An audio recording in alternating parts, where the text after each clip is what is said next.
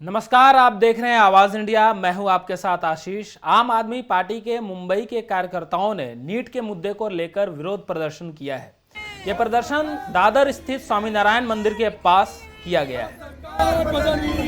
मोदी जी की दादागिरी नहीं चलेगी, नहीं चलेगी, मोदी जी की घोटालेबाजी नहीं चलेगी, नहीं चलेगी, मोदी जी की घोटालेबाजी नहीं चलेगी, नहीं चलेगी, घोटाला मोदी का नहीं चलेगी, नहीं चलेगी, घोटाला मोदी का नहीं चलेगा, नहीं चलेगा, नीट घोटाला मोदी का नहीं चलेगा, नहीं चलेगा, नीट घोटाला मोदी का नहीं चलेगा, नहीं चलेगा, नीट घोटाला मोदी का नहीं चलेगा, नहीं चलेगा, नीट घोटाला मोदी का नहीं चलेगा।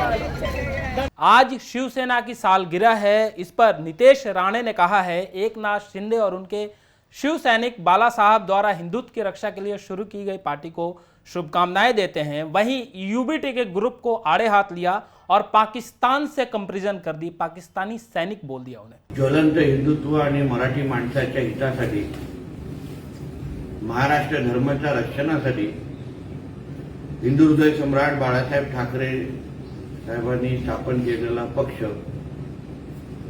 त्याला 58 वर्ष पूर्ण झालेले आहेत आणि यासाठी शिवसेनेचे प्रमुख नेते, महाराष्ट्राचे मुख्यमंत्री आदरणीय एकनाथ शिंदे साहेबांना आणि त्यांच्या सगळ्या शिवसैनिकांना मी वर्धापन दिवसाची शुभेच्छा देतो। बाळासाहेबांचे हिंदुत्वाचे विचार अशाच पद्धतीने पुढे घेऊन जाण्याचं काम आदरणीय एकनाथ शिंदे साहेबांनी आणि त्यांच्या सर्व शिवसैनिकांनी करत राहावं, यासाठी मी मनापासून त्यांना शुभेच्छा देतो। त्याचबरोबर पाक सेना किंबहुना पाकिस्तानमध्ये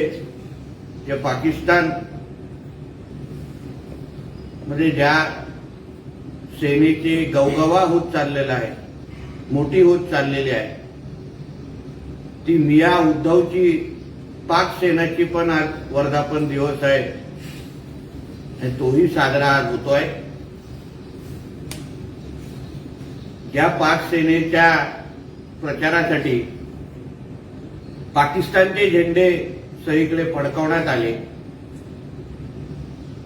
प्रत्येक उमेदवाराच्या प्रचारामध्ये पाकिस्तान जिंदाबाद असे नारे ऐकण्यात आले। त्या मिया उद्धवच्या पाक सेनेचे पण आज वर्धापन दिवस आहे, तोही साजरा होतोय असं आम्ही ऐकलेलं आहे।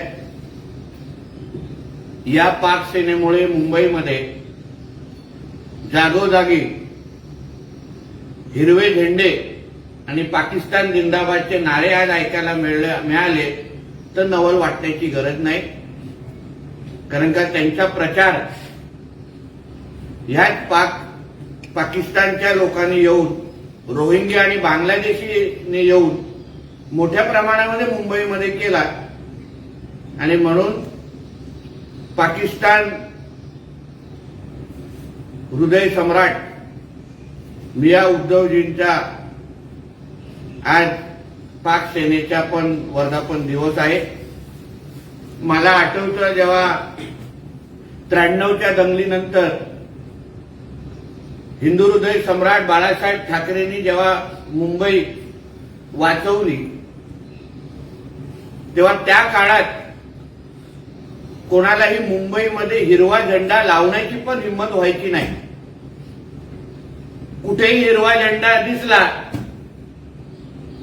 तर शिवसैनिक आणि हिंदुत्ववादी विचाराचे कार्यकर्ते त्यांना त्यांची जागा दाखवायची अशा पद्धतीची भीती निर्माण तेव्हा केली।